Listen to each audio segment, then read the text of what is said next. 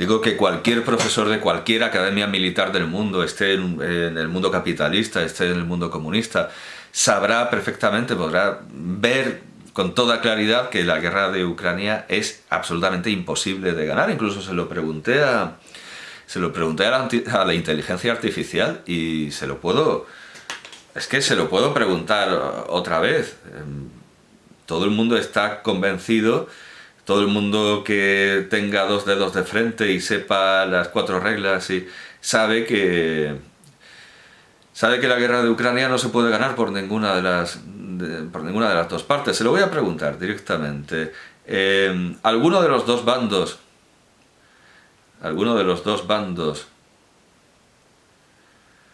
puede ganar la guerra de Ucrania?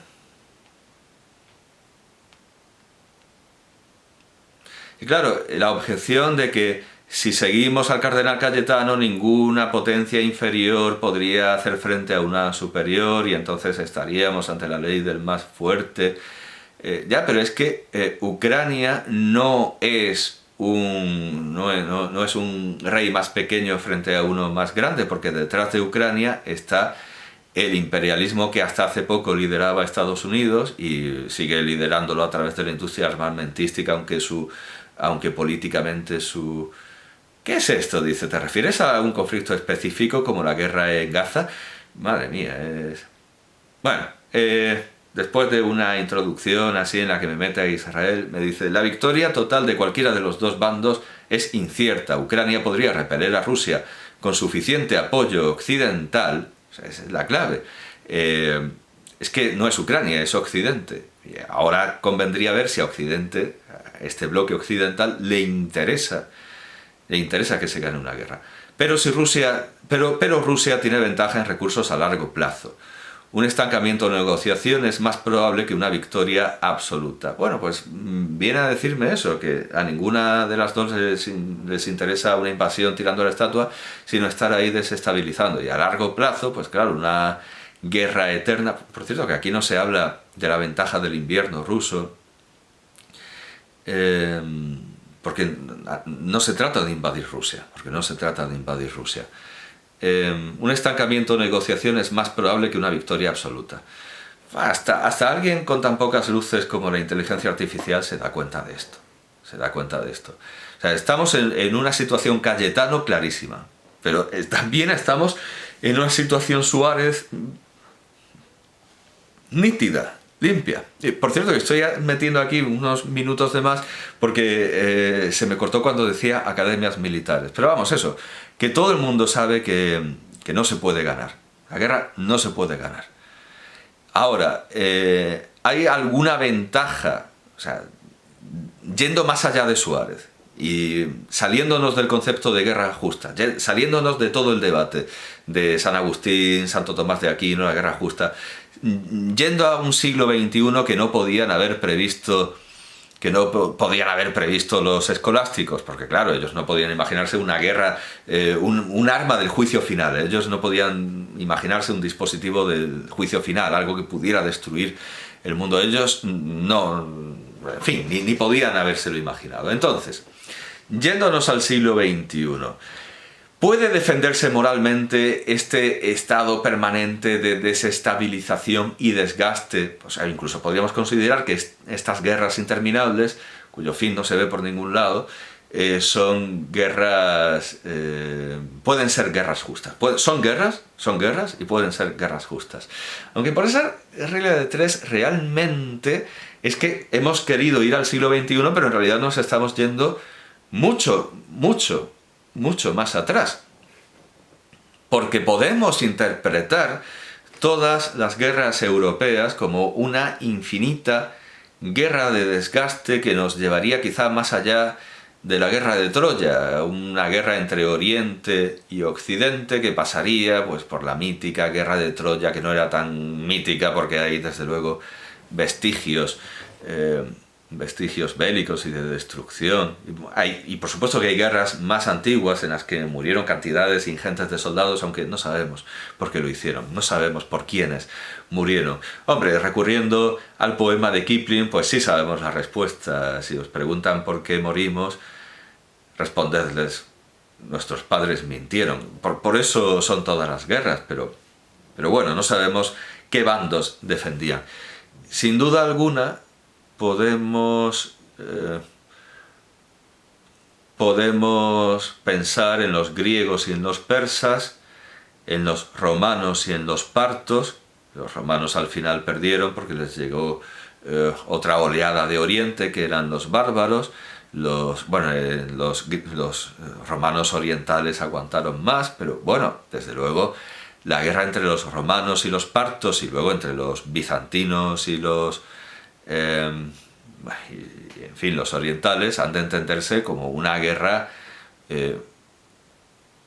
estancada, empantanada. A partir de, digamos, a partir de Adriano se pierde la esperanza de seguir invadiendo territorio como antes. Tenemos la guerra entre los romanos y los partos, luego tenemos la guerra entre la cristiandad y el islam, y coincidiendo con esa guerra entre la cristiandad y el islam se gesta, ahí tenemos el embrión de las guerras que estamos viviendo ahora. Bueno, todavía no, pero bueno, cuando muere Carlomagno y se hace ahí esa división que llegará hasta la Segunda Guerra Mundial, que llega hasta la Segunda Guerra Mundial, porque ya no puede considerarse el enfrentamiento Francia y Alemania igual que antes. Pero bueno, tenemos ese enfrentamiento entre los francos orientales y los francos occidentales, que bueno, desemboca en las guerras entre Francia y Alemania, que también es una guerra empantanada. Y luego tenemos, sí, esa guerra entre Francia e Inglaterra que dura 100 años, y bueno, en fin, tenemos, pues, claro, podemos llamar... Es que es asombroso. La guerra de los 100 años es una guerra menos empantanada que las guerras cuyos bandos tienen armas nucleares. Al final, la guerra de los 100 años se ganó. La guerra de los 100 años era una guerra que era posible ganar. Fue una guerra un poco empantanada, y lo mismo la guerra de los 30 años. Ya la guerra de los 30 años empieza a ser una guerra que no está tan clara, porque precisamente el armamento mejoró muchísimo. La guerra de los 100 años tuvo como avance tecnológico los arcos largos. Pero es que ya en la guerra de los 30 años tenemos una artillería, tenemos una poliorcética, ahí ya se va volviendo muy difícil ganar una guerra. Pero bueno, da igual, va avanzando el tiempo, la guerra franco-prusiana... Bueno, y nadie negará que la Primera Guerra Mundial se ganó. La Primera Guerra Mundial se ganó, los italianos se sumaron ahí en el último momento, por eso pudieron ganar una guerra. La Primera Guerra Mundial se ganó, la Segunda Guerra Mundial se ganó absolutamente, Berlín quedó destruido, 2 ciudades de Japón acabaron aniquiladas. La Segunda Guerra Mundial se ganó. Y se podría haber ganado cualquier otra guerra que hubiera venido después si Estados Unidos hubiera mantenido la primacía y la exclusividad de la bomba atómica. Pero los espías soviéticos eran muy buenos, Einstein era muy bocazas y muy mujeriego, y seguramente otros... Bueno, desde luego en el secretísimo proyecto atómico ya había espías rusos, era cuestión de tiempo. Podrían haberle hecho caso a von Neumann y haber mandado todo a tomar por culo, que pudiera hacer sombra. No se hizo. Hubo que pasar a la siguiente fase, la destrucción mutua asegurada, que, bueno, podría haber mantenido la paz en el mundo, pero ya vemos que no lo ha hecho. No lo ha hecho. O sea, tenemos, ya lo digo, tenemos el machete en sustitución de la... El imbécil de Wilson quiso dejar a la guerra fuera de la ley. En ese momento no se podía hacer. Yo creo que ahora sí, sí que se puede hacer, aunque solo sea por conveniencia, si las naciones se dan cuenta de que ya las guerras no se pueden ganar. E incluso yo diría, ¿qué guerra? ¿Qué guerra? ¿Qué guerra se ha ganado? ¿Qué guerra se ha ganado en los últimos tiempos? Porque la propia imagen de la estatua de Saddam, que no acababa de caerse, que estaba ahí sujeta por unos tubos, ya dice bastante de que hay que cambiar la mentalidad y hay que cambiar el imaginario. A la guerra a esa supuesta victoria con la toma de Bagdad, pues ha sucedido una marejada increíble de terrorismo que puede considerarse como guerra no convencional, no regular, pues es también una guerra. Desde luego de ahí salió el ISIS. Es un grupo terrorista, sí, bueno, es un grupo terrorista con unas capacidades, con la capacidad de ser un Estado, realmente, sí, sí, con la capacidad de ser un Estado. La guerra como institución ha cambiado tanto que o hay que cambiarle el nombre pero no podemos seguir identificando guerra con la misma realidad en la que pensaban Suárez y el cardenal Cayetano. O le cambiamos el nombre, y que es a lo que tienden muchos, llamándola, bueno, intervenciones, acciones. Claro, la Constitución dice que el rey declarará la guerra y firmará la paz, cosa que el rey no ha hecho. Con los dos reyes que llevamos después de la restauración de la democracia, ninguno de los dos reyes que yo sepa ha firmado ninguna guerra ni sellado ninguna paz, y no porque no hayamos intervenido en guerras, sino porque no se llaman guerras. Bueno, y ahora el equipo de Pedro Sánchez está trabajando a toda máquina, inventando eufemismos para armas, para guerras, para elementos de disuasión, en fin, todo tipo de eufemismos. Se ha intentado cambiar el nombre, pero hay que hacer notar que por mucho que se cambie el nombre por mor de eufemismo en realidad es que la realidad ha cambiado. La realidad ha cambiado, y no solo porque sean guerras no convencionales, guerras de guerrillas, sino porque es algo muy distinto. Ahora viene una máquina por los aires y de manera más aleatoria que razonada, a pesar de que podría ser razonada, pues te vuela a la casa. Quizá habría que empezar a hacer reflexionar a la población sobre la nueva condición de la guerra, para que la población se opusiera desde luego a ella y no le pudieran vender ese mondongo, no le pudieran vender esa... no, es que es por defender los valores europeos. ¿Qué valores europeos? Es muy diferente la corrupción y la censura y el desastre económico intervencionista de Putin a lo que tenemos en la Unión Europea. ¿Vale la pena morir por eso? ¿Vale la pena morir por eso? No, es que ellos son cristianos ortodoxos y... No, en serio, ¿vale la pena morir por eso? Bueno, quizá estos dos vídeos, la única función que tengan sean ayudar a la población española a que no le cuelguen el San Benito, al que no le hagan creer lo que quieren hacerle creer esas encuestas. Según las encuestas de los medios, de todos los medios nacionales, sean de izquierdas o derechas, según esas encuestas, los españoles estarían dispuestos a intervenir en la guerra de Ucrania, es decir, a que nuestro ejército lo hiciera, y por ende ir ellos a morir allí, o mandar a sus hijos a morir en Ucrania.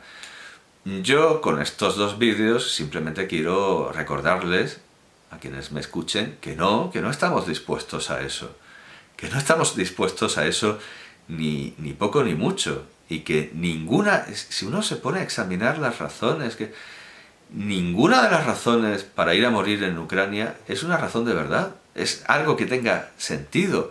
Vi unas fotografías de un matrimonio yemenita,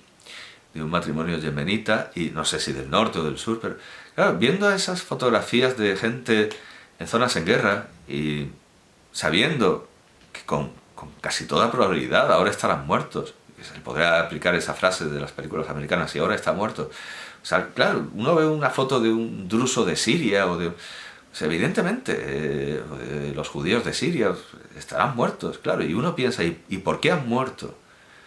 Pues por una razón no muy diferente, quizá por la misma razón que la del poema de Kipling, porque nuestros padres mintieron. Y quien dice de nuestros padres dice incluso nuestros hijos, porque ahora hay una efebocracia en los gobiernos de todo el mundo. No hay ninguna razón, desde luego, sensata, para ir a la guerra y luchar contra... Hombre, a ver, sí, contra el ISIS sí. Contra el ISIS sí, que por cierto salió de los campos de detención de Estados Unidos, de los que se despreocuparon, radicalizaron a un montón de gente teniéndola ahí torturada, los cabrearon más y luego los soltaron. ¿Qué iban a hacer? ¿Qué esperaban que hicieran? Además, mucha gente de esa tiene una relación bastante ambigua con Estados Unidos. Ya vimos que Kissinger veía al Estado Islámico como una buena barrera de contención contra el poder iraní. Bueno, que quizás me esté jugando la cárcel o algo peor por desertor o por derrotista si al final vamos a una guerra que no nos importa. Pero bueno, de momento tengo la libertad de decirlo. Tengo la absoluta libertad y además el deber de decirlo. Regalar armas a Ucrania para prolongar esa guerra es profundamente inmoral. Y no solo por la demostración de Cayetano y de Suárez, que quizás, ya lo digo, ha sido superada por una nueva idea, un nuevo concepto, una nueva forma de guerra. Una nueva forma de guerra que es inmoral en todos sus términos, eso de presionar, apretar, como el nacionalismo catalán subvencionado por Putin para desestabilizar a España. Ellos saben perfectamente que nunca van a separarse de España, que nunca van a ganar, simplemente están presionando para desestabilizar lo que le viene muy bien a Putin, ese apretad, a ver si, como los cojones de aquel toro del Panchatantra. No van a caer por mucho que se presione. Y no tiene sentido apretar cuando en ese apretar, que decían las autoridades independentistas catalanas, cuando ese apretar consiste en volarle la casa a un señor, hacer que un niño pierda una pierna. No, realmente este presionar, este apretar tiene que acabarse ya. No voy a decir que aún sean posibles utopías como la de la casa común que pretendía Gorbachev, pero las poblaciones tienen que tomar conciencia de que nada merece ser tropa, nada merece incorporarse como tropa en un mundo además cada vez más mecanizado, en la que todo lo que tiende a la victoria, todo lo propendente a la victoria viene de manos de robots asesinos, no de tropa humana. Viene de drones, de la cúpula de hierro, de cosas semejantes. Hay muy pocos extremos como, ya lo digo, la lucha contra el Estado Islámico, que justifican tomar las armas. Por supuesto que el Estado Islámico es una fuerza como la de los mongoles, y aún así no tenía sentido ponerse a los mongoles sabiendo que uno iba a perder. Pero si hay una mínima posibilidad, aunque no verificable, de vencer a los mongoles, pues convenía oponerse a ellos. Y en el caso del Estado Islámico, quizá habría que aplicar lo que ahora dicen los neonazis, que no les da miedo perder, porque ellos saben que van a perder, y todos los neonazis después de la Segunda Guerra Mundial saben o deberían saber que están abocados a la derrota, pero ellos encuentran cierta nobleza en la derrota y bueno. En el caso de los neonazis es algo muy estúpido, ese derrotismo metafísico. Pero en el caso de algo tan extremo como el Estado Islámico, quizás saberse derrotado de antemano y saber que uno va a perder, pero llevarse a algún terrorista islámico por delante, bueno, puede estar justificado, puede estar justificado. O sea, matar a un terrorista islámico puede ser una acción moralmente justificable independientemente de la posibilidad de victoria de la que hablaba Cayetano. Pero en el caso de Rusia, estamos hablando simplemente de un régimen enormemente corrupto, por supuesto que criminal, que cuando un periodista escribe mal de Putin acaba con... Vamos, pero en Argentina eso también ha pasado con el fiscal Nisman. En todos los países hay una enorme corrupción, asesinatos sospechosos, y tampoco nos vamos a... ¿Verdad? Tampoco nos vamos a dejar matar por un quítame allá esas pajas que nosotros también tenemos. Hay otras formas de luchar, hay otras formas de reducir un Estado, de reducir una tiranía a justos términos, y de hecho la inmensa mayoría de las tiranías han acabado dejando de serlo por una transición pacífica, o más o menos pacífica. Bueno, solo invito a reflexionar a través de las palabras de Cayetano y de Suárez, solo invito a reflexionar a quien me escuche acerca de que lo realista en nuestros días, la guerra siempre es defendida por quienes van de realistas, quienes van de maquiavélicos, de no, esto es, todo lo demás son fantasías, es el mundo Alicia, todo eso. No, en realidad no, en el mundo Alicia es el que hablaba Gustavo Bueno, en ese pensamiento Alicia del que hablaba Gustavo Bueno, hoy día está el que piensa que una guerra se puede ganar. El que piensa que una guerra se puede ganar, a no ser que sean, ya lo digo, casos extremos en los que los dos bloques puedan ponerse de acuerdo contra alguien que evidentemente va a perder. No, realmente no. En un mundo de golpes de Estado, incluso de golpes de Estado blandos, el tener esa mentalidad de que uno llega a la capital, toma la capital, la población lo saluda, entrega flores a los soldados besan a las mujeres y se derriba la estatua del tirano, eso es pensamiento Alicia de primera, tal como está configurado el espacio y el tiempo en el que vivimos.